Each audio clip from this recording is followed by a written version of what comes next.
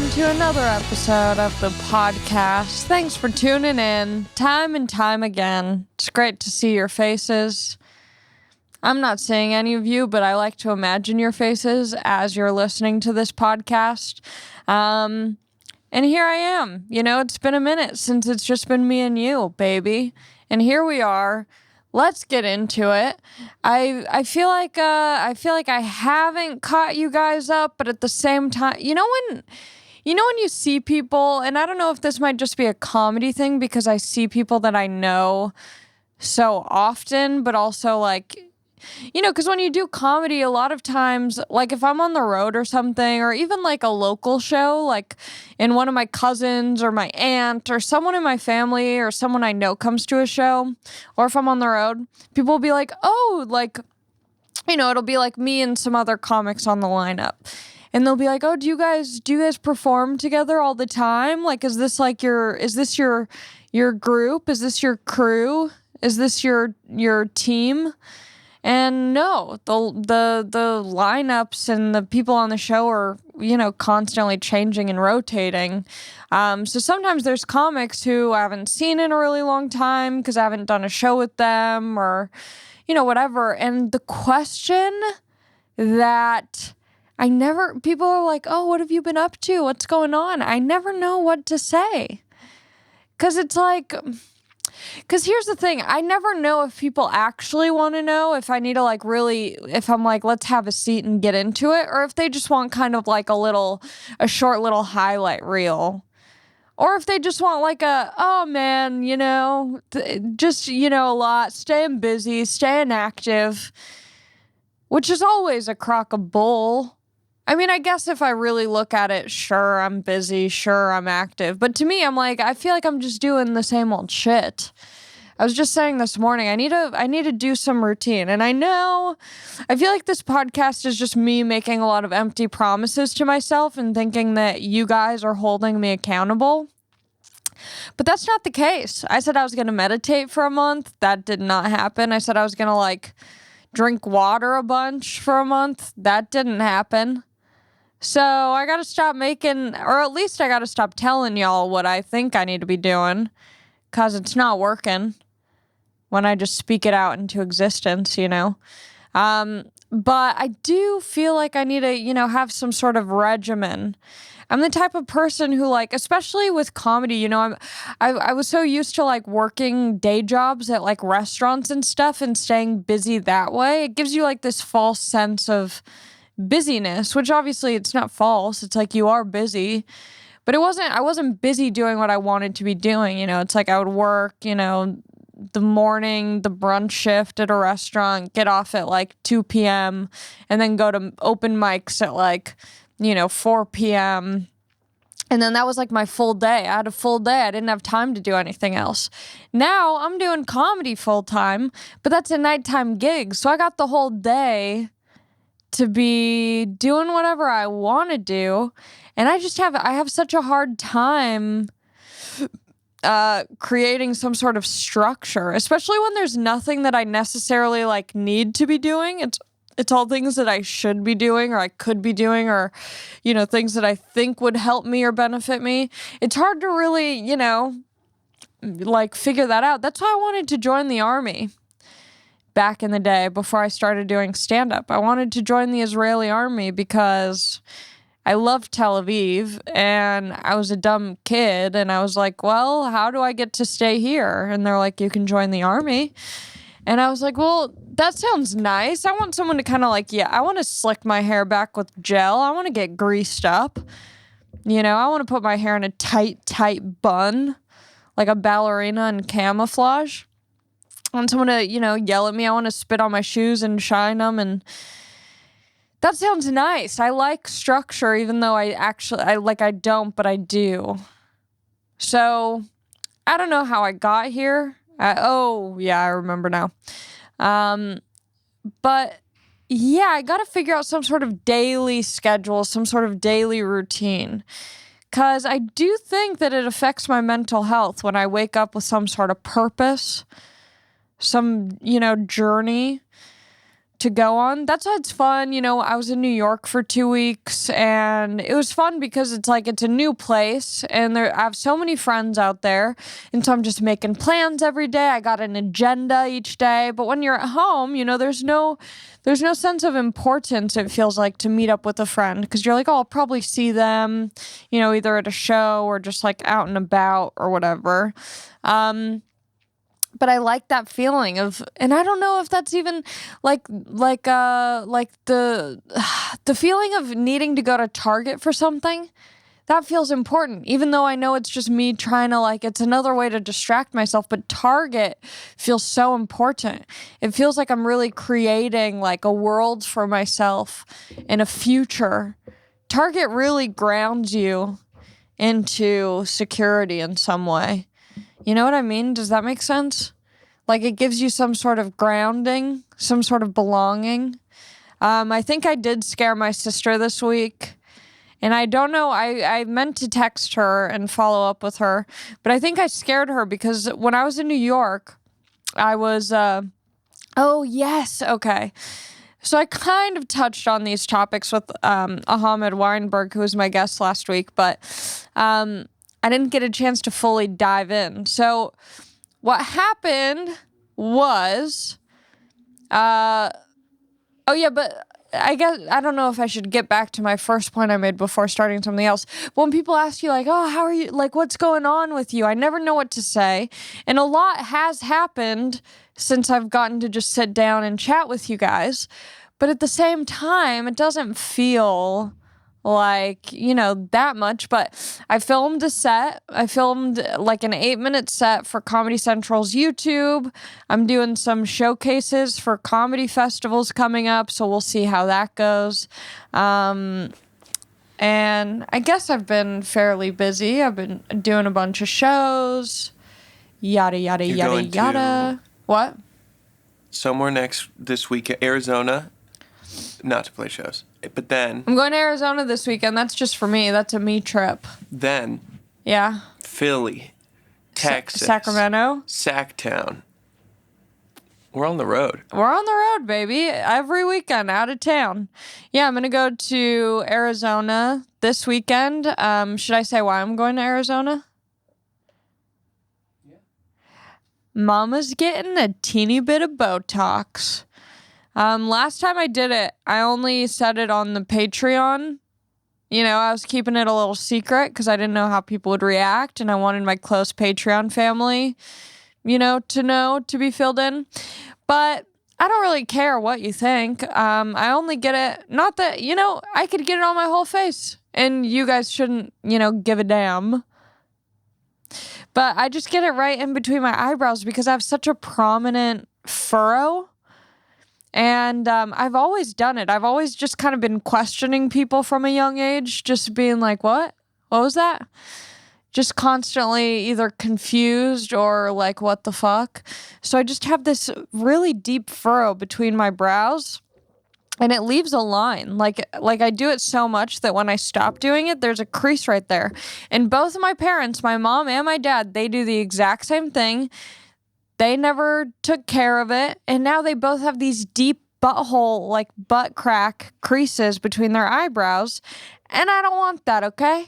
And I know I'm young. One time okay, so here's, oh my gosh, there's so much. I was so worried, I get so worried going into the podcast. I'm like, what do I even talk about? I have nothing to say. I've been really negative self-talking lately, and it's not good for me. You gotta trick yourself into thinking you're the shit, but sometimes it's hard, and there's only so much pretending you can do. And when I take a step back, I realize, shit is cool. I got cool shit going on. I'm a cool bitch. I'm funny. I'm sometimes smart. I wear fun clothes, I like things, and some people like me. I think more people like me than not. But yeah, and I realize that, and I'm like, yeah, things are cool. I'm popping, but you get that little voice in your head. I think there's this girl on TikTok. I'm going off on many a tangent here, so just bear with me. Hang on, strap in, strap on, peg me from behind. Only on Patreon. But there's this girl on TikTok, and watching her videos, I want to become like an entertainment manager or agent or something when I watch her videos, because I'm like, she's got it. I want her to be on everything. I want everyone to watch her. Like, I am obsessed with her. And I think this is mostly for a female demographic, but also maybe not. But me and my sister have been obsessed with her. Her name on TikTok is Lip Gloss, but with like a bunch of S's at the end. It'll pop up. But she is so, that lady Brené Brown? If you don't know, she's kind of like she's like an inspirational speaker. She's really smart, and she gives these great, talks about confidence and, all that stuff. And she's great. But this girl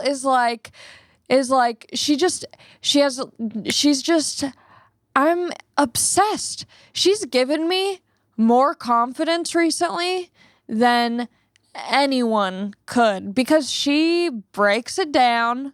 She keeps it real. I want to get her on the podcast, because she talks about these things that are so funny and so real. And, it's one of those things where I can't try and explain it, because I'm not her and I never will be. And that will haunt me forever. But the way that she talks about things is so fucking relatable and good. And it really resonates, so whatever. So, I've been, especially with comedy, it's easy to really hyper focus on yourself, because you're a public person. Not that I have, a giant following, but it's I know that there's more people I don't know following me on Instagram than people I do know. So I am open. Whatever I post, whatever I say is open to any sort of feedback or commenting or whatever. And obviously, I've said this so much recently. Obviously, I do the same thing to people. I love talking about celebs. But it's weird, because I see it and I internalize it, and for some reason I give it some sort of worth. But anyway, the point is, I was in New York and I saw a comedian had posted on Instagram what looked like, potentially their set, their lineup of jokes, little bullet points of certain jokes. And two of them were words that I would use to do my jokes. And so I was like, you know what? I'm sure, I don't think they stole it from me or anything. I think, the joke might be a fairly simple, easy joke to make, especially, there's so many comics in the world. You're bound to have very similar thoughts.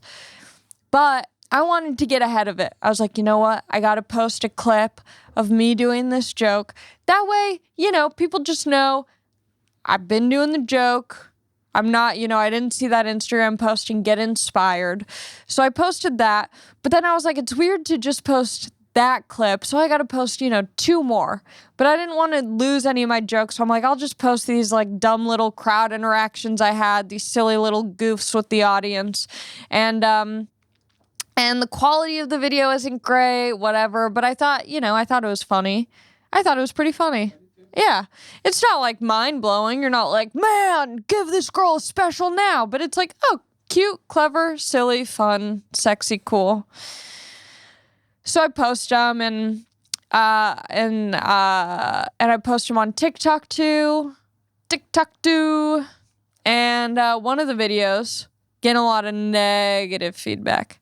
Getting a lot of, I don't think that women aren't funny. It's just that this particular woman isn't funny. Stuff like that.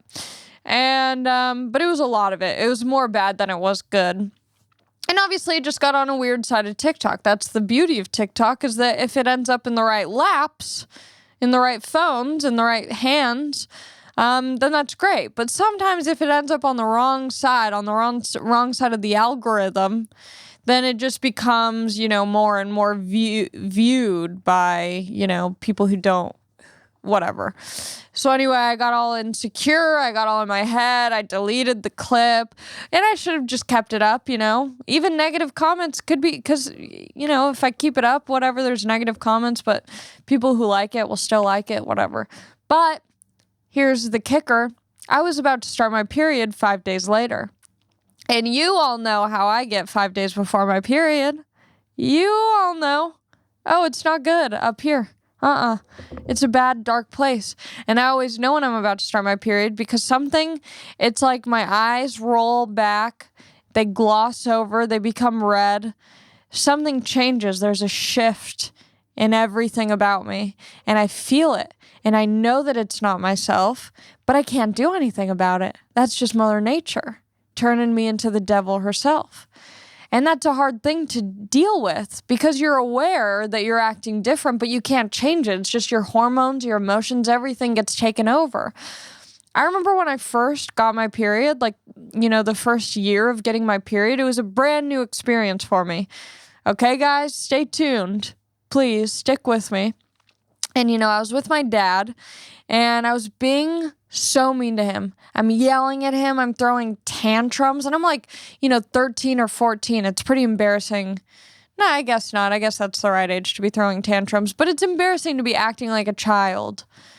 And he was like, Allie, what is wrong with you? And I'm like, I literally don't know. Because it was so strange. I had gone from not, having my period and, having regular tantrums about regular things and being aware of it, to all of a sudden it was like something had taken over my body.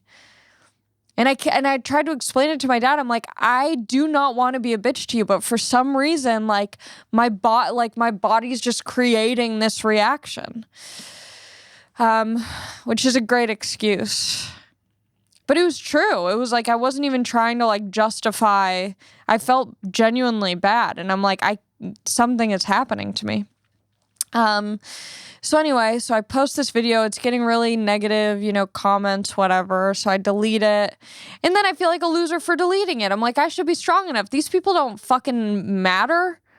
And my sister sending me a Brené Brown video about, the gladiator in the Colosseum versus the people in the audience watching the gladiator being like, oh, I guess that was a bad fight for the gladiator. And it's like, well, at least you fucking fought, you loser, sitting in X12,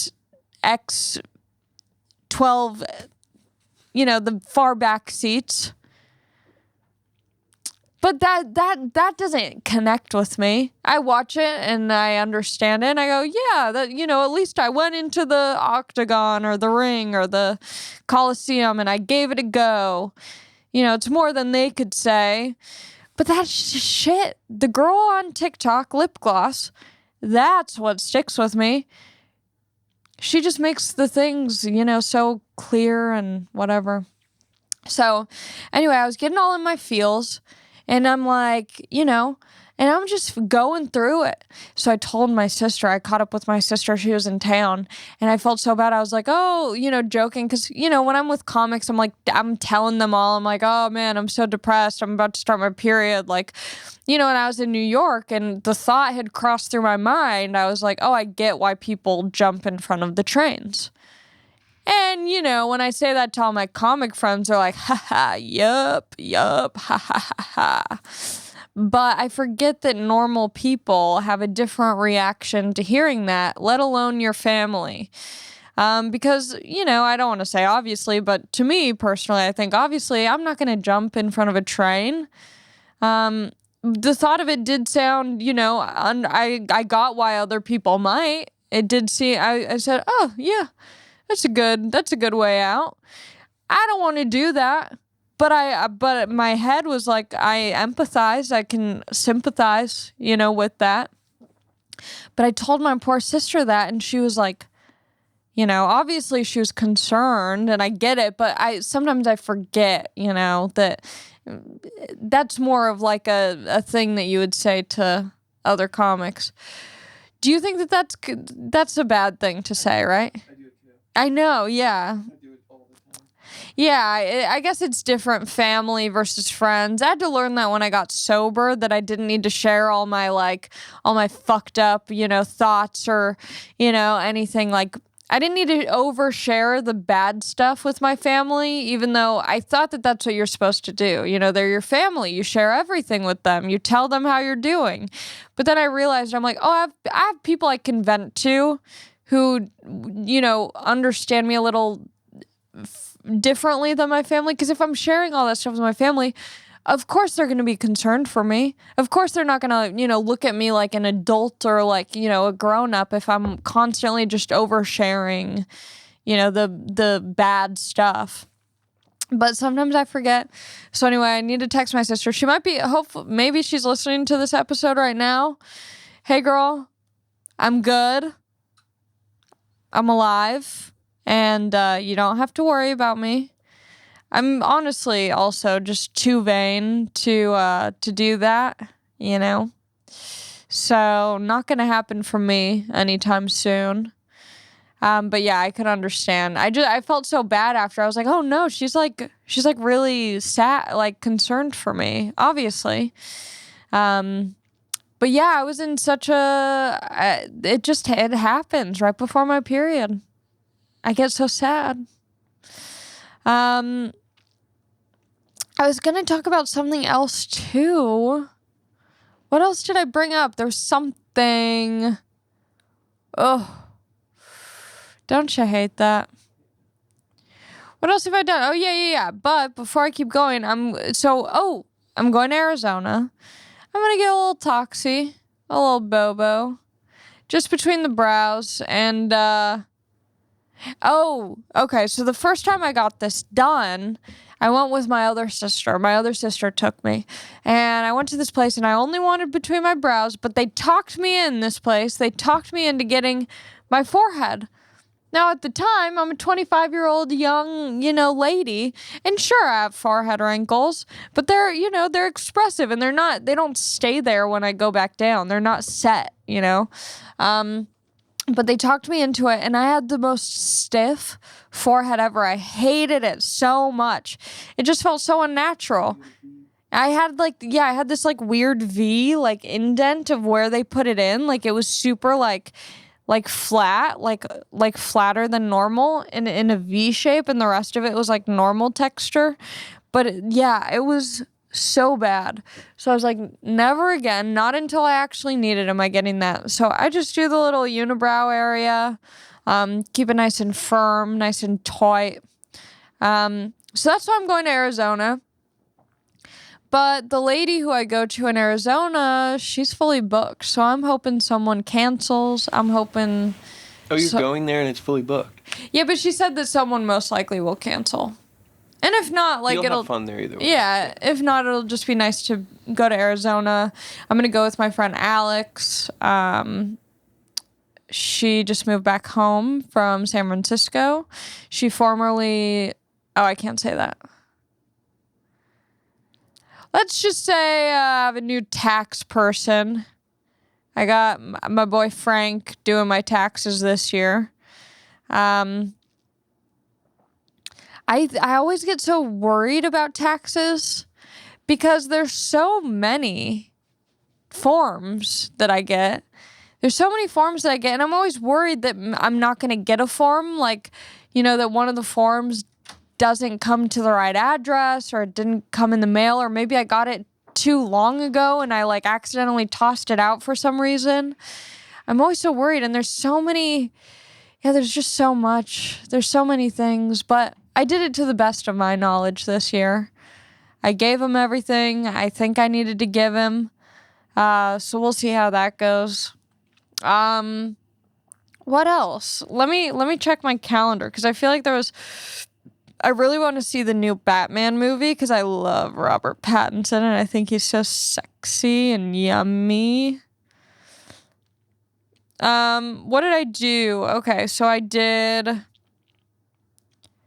my taxes. I did my Comedy Central stand-up taping, which was really fun.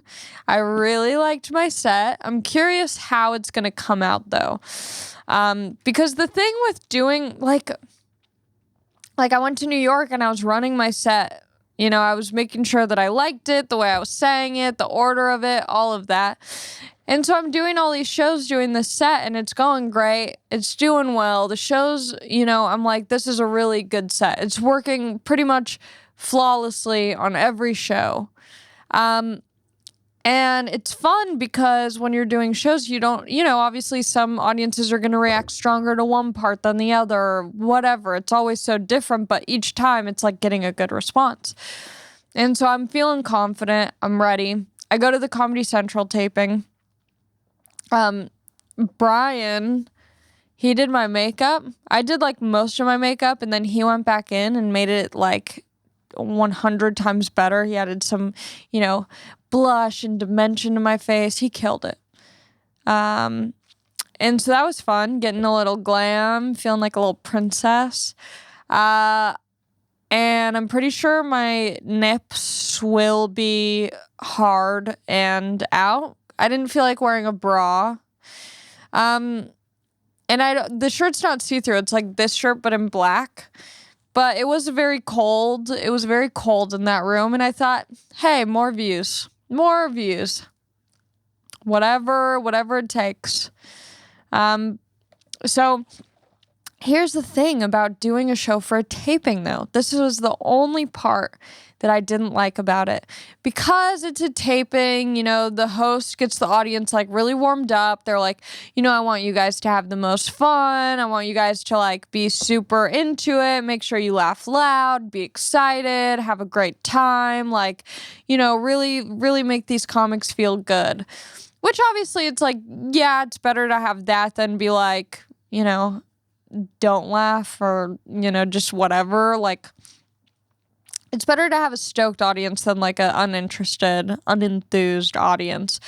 But that's what made my set so fun, was just performing it in front of regular audiences, because I realized the fun about comedy is working for the laugh, getting like real reactions. And, some of my setups, they don't need a big reaction because it leads to the buildup. You know what I mean? It's like you don't want a big laugh. And then all of a sudden you get the big laugh. But you need to have those lulls and those quiet moments in order for it to really pay off. And so that was the only thing about the show that was weird, is that everyone was just like laughing at everything and like, yeah, about everything, when there were moments that normally don't get those types of responses, and it works in my favor. So it was a little bit strange. It was fun. I'm curious how it's gonna look and come out and all of that stuff. And then that's another thing. I was like, whenever this, thing comes out on YouTube, like I need to take a break from my phone for a week, because I don't want to look at it. I liked my set. I know it's a good set. I did it for 2 weeks before the show. And it did great. So it's like, I don't need anyone's opinions on it. I know that it was good. I liked it. That's all that matters. But it was a strange experience. I felt like I guess it was. It didn't feel like a real show. You know what I mean? It felt like a fake show because everyone was just so jacked up for it. But, yeah, I did that. Let's see what else. I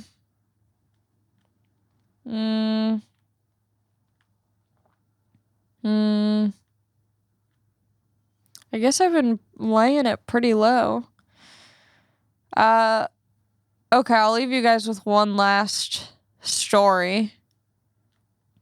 I'm so every time I do this podcast, all of a sudden I got mucus in my nose. Hold on, I need to like really snot it up because it makes me talk different. Hold on.